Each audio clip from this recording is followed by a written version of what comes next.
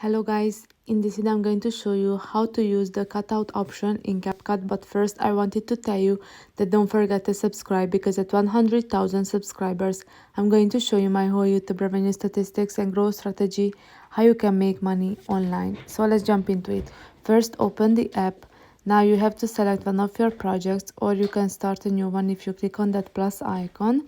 I'm going to use this one, and now you have to select that part that you would like to edit, and at the bottom of the screen you have to click on the cutout option, and you can see that there is the remove background option. So if you click on it, now the background is removed. You can turn this off.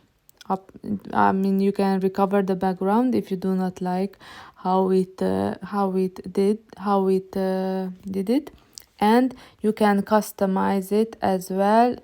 You have to click on the customize the cutout stroke, and here you can see some pro options, some free options.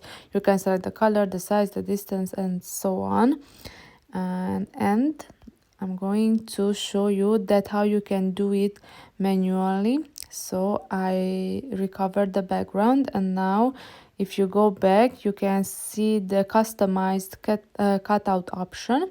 So here you can select the brush, you can select the brush size, and now you have to select the part or the parts that you would like to